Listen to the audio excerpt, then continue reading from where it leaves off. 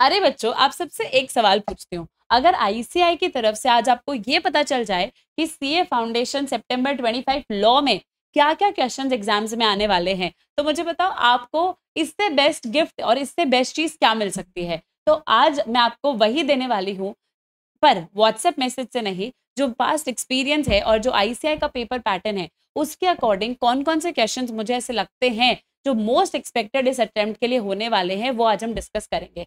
क्योंकि अब आपको सिर्फ पढ़ाई नहीं करनी है, आपको सिर्फ रट्टा नहीं मारना है, आपको स्मार्ट प्लान करना है, आपको स्मार्ट स्ट्रैटेजी फॉलो करनी है। तो बिना टाइम वेस्ट करे हम वीडियो को स्टार्ट करते हैं।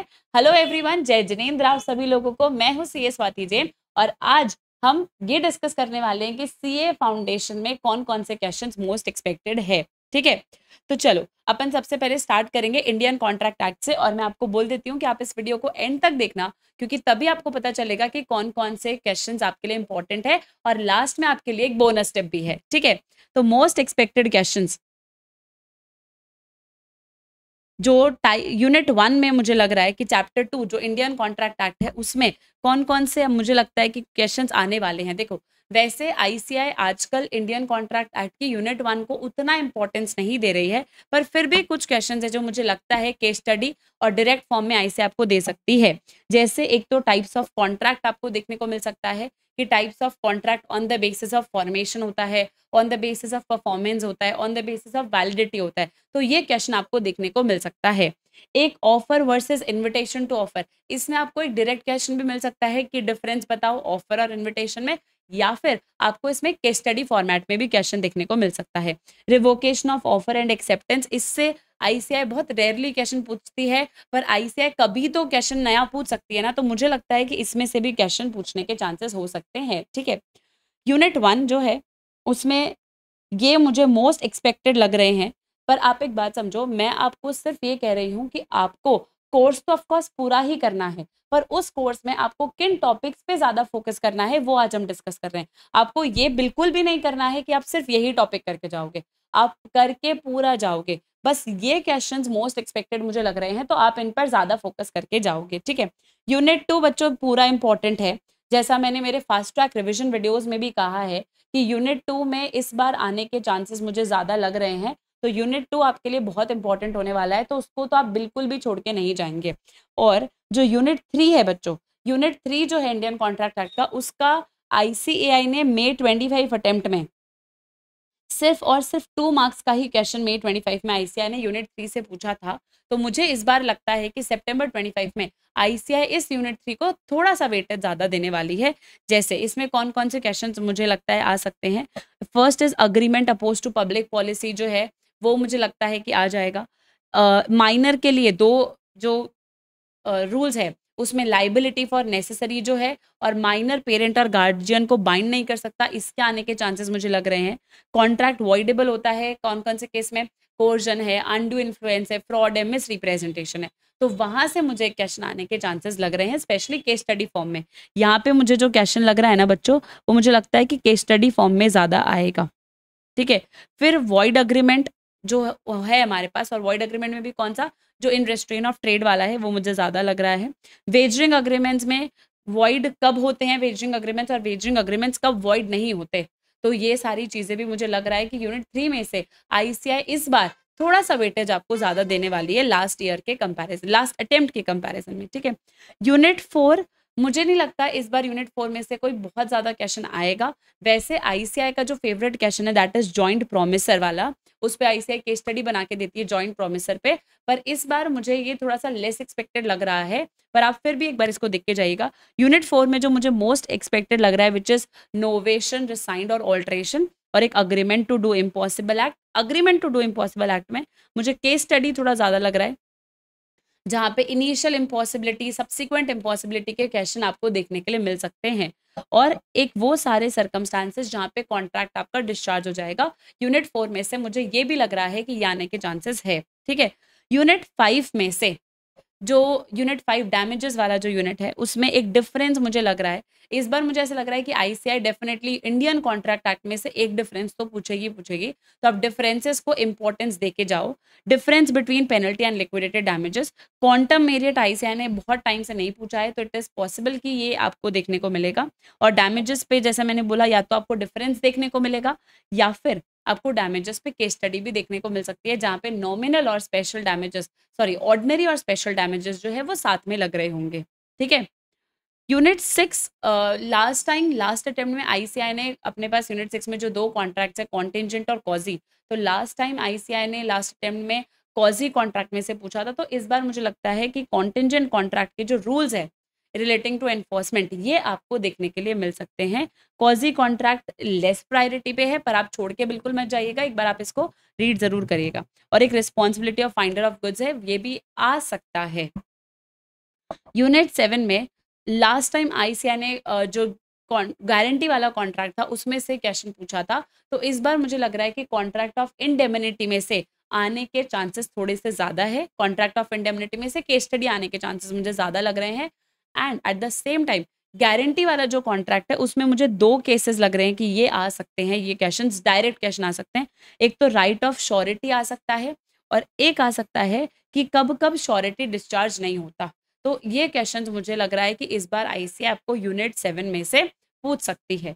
ठीक है। यूनिट 8 जो है बच्चों, वो आईसीआई ने लास्ट टाइम बहुत ज़्यादा दिया है यूनिट 8 प्लेज में से, तो इस बार उसके आने के चांसेस थोड़े से कम लग रहे हैं। बेलमेंट इस बार आपके लिए इंपॉर्टेंट हो सकता है, और बेलमेंट में भी जो टर्मिनेशन ऑफ बेलमेंट है वो थोड़ा ज़्यादा प्रायोरिटी पे आप देख के जाइएगा। और नेक्स्ट जो बेली का ड्यूटी है, not to mix the goods, वो भी आप एक बार देख के जाइएगा, तो उससे आपको हेल्प होगी कि इसमें से भी आपको केस स्टडी देखने को मिल जाएगा। ठीक है।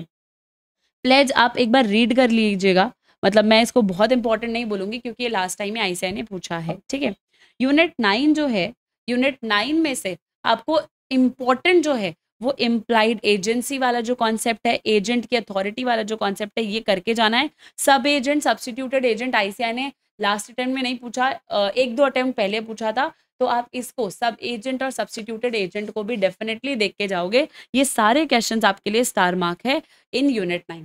और अगर मैं आपको बोलूँ कि पूरे इंडियन कॉन्ट्रैक्ट एक्ट में से आपको कौन सी यूनिट पे ज़्यादा फोकस करना है, तो आपको फोकस करना है यूनिट 2, 3, 5 और 7 एंड 9 पे भी आप फोकस कंपैरेटिवली ज़्यादा रखेंगे। इन यूनिट्स पे आपको ज़्यादा फोकस करना है। ठीक है। और अगर आप इन यूनिट्स का रिविजन करना चाहते हो, तो मैं सीए फाउंडेशन फास्ट ट्रैक का जो लिंक है, जो फ्री अवेलेबल है आप सबको, उसका मैं लिंक डिस्क्रिप्शन में डाल दूंगी, तो आप वहाँ से भी चेक कर सकते हैं। ठीक है। चलो, यहाँ पे हमारा इंडियन कॉन्ट्रैक्ट एक्ट में जो मोस्ट एक्सपेक्टेड क्वेश्चंस मुझे लगते हैं वो होते हैं खत्म। Now we will move to sale of goods act, जहां से मुझे लगता है कि यार ये क्वेश्चंस आने वाले हैं। तो सेल ऑफ गुड्स एक्ट के यूनिट 1 में से बच्चों इस बार मुझे लग रहा है कि आईसीआई आपको ये देगी ही देगी, document of title versus document showing title, इस पे एक आपको डायरेक्ट क्वेश्चन देखने को मिलेगा। और एक आपके पास जो डिफरेंस है यूनिट 1 में, सेल और हायर परचेज वाला, सेल और अग्रीमेंट टू सेल वाला, वो डिफरेंसेस आपको देखने को मिल सकते हैं। यूनिट 2 में केवियट टेम्पटर के एक्सेप्शंस और कंडीशन और वारंटी जो है इम्प्लाइड वाली, उस पर कोई केस स्टडी आ सकती है। और मेनली केस स्टडी मुझे लगता है कि या तो सेल बाय सैंपल वाली आएगी और डिस्क्रिप्शन वाली आएगी। ये मुझे ज़्यादा चांसेस लग रहे हैं इस बार कि ये ज़्यादा आएगा। तो यूनिट 2 में केवियट टेम्पटर और उसके एक्सेप्शंस और कंडीशंस और वारंटी आपको देख के जाना है। ठीक है। यूनिट 3 जो है बच्चों सेल ऑफ गुड्स एक्ट का, इस यूनिट 3 में आपको जो प्रायोरिटी पे फोकस करना है वो ये कि कब कब ओनरशिप ट्रांसफर हो जाएगी। मतलब अगर आपने स्पेसिफिक गुड्स सेल की है, तो स्पेसिफिक गुड्स में ओनरशिप कब ट्रांसफर होती है, इसमें केस स्टडी आ सकता है। जो specific goods to be put into deliverable state है, उसमें ओनरशिप कब ट्रांसफर होती है, ये क्वेश्चंस आपको देखने के लिए मिल सकते हैं केस स्टडी फॉर्म में। और इसमें मुझे लगता है अनसर्टेन गुड्स एक इंपॉर्टेंट क्वेश्चन है, क्योंकि आईसीआई ने काफी टाइम से अनसर्टेन गुड्स पे बच्चों कोई क्वेश्चन नहीं पूछा है। ठीक है। Transfer of title by non owners, इस पे आपको डायरेक्ट क्वेश्चन हो सकता है देखने को मिल जाए कि आप टाइटल कब कब ट्रांसफर कर सकते हो अगर आप ओनर नहीं हो तो। यूनिट 4 में से राइट ऑफ लीन इंपॉर्टेंट हो सकता है। ट्रांजिट कब खत्म हो जाता है, ये मुझे लगता है कि आईसीआई आपसे 2 या 3 मार्क्स में ये क्वेश्चन पूछ लेगी कि बताओ बच्चों ट्रांजिट कब खत्म हो जाता है। फिर जो बायर का रेमेडीज है अगेंस्ट सेलर, इस बार देखो यूनिट 4 में से remedies of seller against buyer मुझे कम लग रहे हैं आने के चांसेस। मुझे लग रहा है remedies of buyer against seller, इसके आने के चांसेस कंपैरेटिवली थोड़े ज़्यादा है। और इसमें आपको डायरेक्ट और केस स्टडी दोनों मिल सकते हैं यूनिट 4 में से। तो यहाँ पे हमारा जो सेल ऑफ गुड्स एक्ट है, उसमें क्या-क्या इंपॉर्टेंट क्वेश्चंस है वो भी आपको मैंने बता दिया। और मैं आपको एक चीज़ और बता देती हूँ कि ये जो पीडीएफ मैं आपको दिखा रही हूँ, ये आपको आपके साथ मैं टेलीग्राम पर शेयर कर लूँगी। टेलीग्राम पर शेयर कर दूँगी, तो आप वहाँ से जाके चेक कर लेना। टेलीग्राम का लिंक जो है वो मैं आपको डिस्क्रिप्शन में डाल के दे देती हूँ, तो आप वहाँ से हमारे टेलीग्राम चैनल को जॉइन कर लीजिए, क्योंकि ऐसी बहुत अच्छी-अच्छी इंपॉर्टेंट वीडियोज़ आपके लिए टेलीग्राम पे मैं लाती रहूँगी, ठीक है? इंडियन पार्टनरशिप एक्ट में क्या-क्या इंपॉर्टेंट हो सकता है? तो इंडियन पार्टनरशिप एक्ट में यूनिट 1 में एक क्वेश्चन आईसीएआई पूछती है, जहाँ पे आईसीएआई आपको एक क्वेश्चन में 3-4 पार्ट्स देती है और ये बोलती है कि बताओ, आइडेंटिफाई करो कि ये पार्टनरशिप है या नहीं है। मतलब कुछ केस स्टडी बना के देगी, ए और बी 2 लोग हैं, वो रेंट शेयर करते हैं अपनी प्रॉपर्टी में से, दे आर द को-ओनर्स, और बताओ कि वो पार्टनर्स है कि नहीं है, पार्टनरशिप है कि नहीं है। तो ऐसे कुछ पार्टनरशिप के जो ट्रू टेस्ट है, जो पार्टनरशिप के एसेंशियल्स है, उस पे आपको केस स्टडी देखने को मिल सकता है यूनिट 1 में से। यूनिट 2 में से जो पार्टनर का इम्प्लाइड अथॉरिटी वाला पॉइंट है, मुझे लगता है कि इस बार वो आने के चांसेस ज़्यादा है कि इम्प्लाइड अथॉरिटी कब-कब होती है और उसके एक्सेप्शंस क्या है। पार्टनर ने कोई पर्सनल प्रॉफिट अर्न किया, तो ऐसे केस में जो पार्टनर ने पर्सनल प्रॉफिट किया, उसमें किसका वो प्रॉफिट किसको पार्टनर देगा, खुद ले लेगा कि फर्म को देगा, वो मुझे लग रहा है। माइनर के राइट्स और ट्रांसफरी के जो राइट्स होते हैं, माइनर के राइट मतलब माइनर्स अगर आपने एडमिट किया फर्म में, तो उसके क्या राइट है, वो आप 18 ईयर्स के बाद, वो मेजर बनने के बाद फर्म में आएगा, नहीं आएगा वो। और अगर पार्टनर ने अपना इंटरेस्ट ट्रांसफर कर दिया किसी भी थर्ड पार्टी को, तो ट्रांसफरी के क्या राइट्स है, ये दोनों ही टॉपिक मुझे इंपॉर्टेंट लग रहे हैं। इसके बाद एक्सपल्जन और इंसॉल्वेंसी। एक्सपल्जन मुझे मोस्ट एक्सपेक्टेड लग रहा है इसमें, कि एक्सपल्जन आने के चांसेस थोड़े से ज़्यादा है। यूनिट 3 में से अगर आपकी फर्म रजिस्टर्ड नहीं है, नॉन रजिस्ट्रेशन है, अगर आपकी फर्म अभी तक रजिस्टर्ड नहीं है, तो उसके कॉन्सिक्वेंसेस क्या होंगे, वो अपन को देखने को मिल सकता है। पार्टनरशिप अकाउंट्स को आप कैसे सेटल करोगे, लास्ट टॉपिक है यूनिट 3 में। आ सकता है आईसीएआई ने हालाँकि ये नहीं पूछा है, पर पॉसिबिलिटी आ सकता है, और ये मुझे ज़्यादा चांसेस लग रहे हैं आने के, कि अगर आपकी फर्म डिसॉल्व होना चाहती है, तो with the order of court कब-कब हो सकती है, और बिना कोर्ट के ऑर्डर के आपकी फर्म कब-कब डिसॉल्व हो सकती है। ये पार्टनरशिप एक्ट में से बच्चों ज़्यादा आने के चांसेस है, तो आप प्लीज़ इन पे टॉपिक पे फोकस करके जाइएगा। कंपनीज एक्ट में इनकॉर्पोरेशन ऑफ कंपनी कैसे होता है एज पर सेक्शन 7, उसके स्टेप्स क्या है वो। टाइप्स ऑफ कैपिटल और टाइप्स ऑफ शेयर्स। अब टाइप्स ऑफ कैपिटल मतलब क्या, कंपनी का authorise share capital, subscribed capital, paid up capital. अब आपको लगेगा कि मैम आईसीआई ये क्वेश्चन थोड़ी पूछेगी कि authorise capital, subscribed capital, paid up capital कैसा होता है। आप पास्ट पेपर उठा के देखो, आईसीएआई ने 7 मार्क्स में, मतलब आपके अगर 3-4 अटेम्प्ट्स पहले वाले पेपर्स देखोगे, तो आईसीआई ने 7 मार्क्स में ये पूछा है कि what are the types of capital, जिसमें बच्चों को ऑथराइज्ड, सब्सक्राइब, पेड अप, ये वाली जो कैपिटल है वो लिख के आनी थी।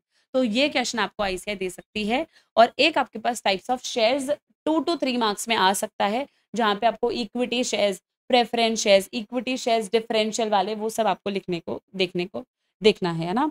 आर्टिकल्स ऑफ एसोसिएशन और उसके जो कंटेंट है, एंट्रेंचमेंट प्रोविजन डालते हैं, तो एंट्रेंचमेंट प्रोविजन कब डलता है, कौन सी कंपनी के लिए क्या करना होता है एंट्रेंचमेंट प्रोविजन का, तो that would be an important आपके लिए। डॉक्ट्रिन ऑफ अल्ट्रा वायरस और कंस्ट्रक्टिव नोटिस आपको आने के चांसेस है, क्योंकि लास्ट अटेम्प्ट में आईसीआई ने डॉक्ट्रिन ऑफ इंडोर मैनेजमेंट पूछा था, और आईसीआई के अटेम्प्ट्स जो आ रहे हैं, जो पेपर्स आते हैं, उनको देख के लगता है कि आईसीआई हर साल आपसे डॉक्ट्रिन पूछती है, कभी डॉक्ट्रिन ऑफ इंडोर पूछती है, कभी डॉक्ट्रिन ऑफ अल्ट्रा वायरस पूछती है, पर पूछती जरूर है। तो लास्ट अटेम्प्ट में आईसीआई ने डॉक्ट्रिन ऑफ इंडोर पूछा था, तो इस अटेम्प्ट में चांसेस लग रहे हैं कि डॉक्ट्रिन ऑफ कंस्ट्रक्टिव नोटिस और डॉक्ट्रिन ऑफ अल्ट्रा वायरस आ सकता है। सेक्शन 8 कंपनी का क्वेश्चन आईसीआई ने लास्ट ईयर भी पूछा है, पर मुझे लग रहा है कि इस साल भी हो सकता है, 2 to 3 मार्क्स में आपको दिखने को मिल जाए। प्राइवेट कंपनी का केस स्टडी हो सकता है, ओपीसी का केस स्टडी हो सकता है, ज़्यादा चांसेस लग रहे हैं। फॉरेन कंपनी और पीएफआई का डेफिनेशन या केस स्टडी आईसीआई आपसे पूछ सकती है, ठीक है। तो ये टाइप्स ऑफ कंपनी में मुझे लगता है कि ये आपके लिए इंपॉर्टेंट टाइप्स ऑफ कंपनीज में आएगा।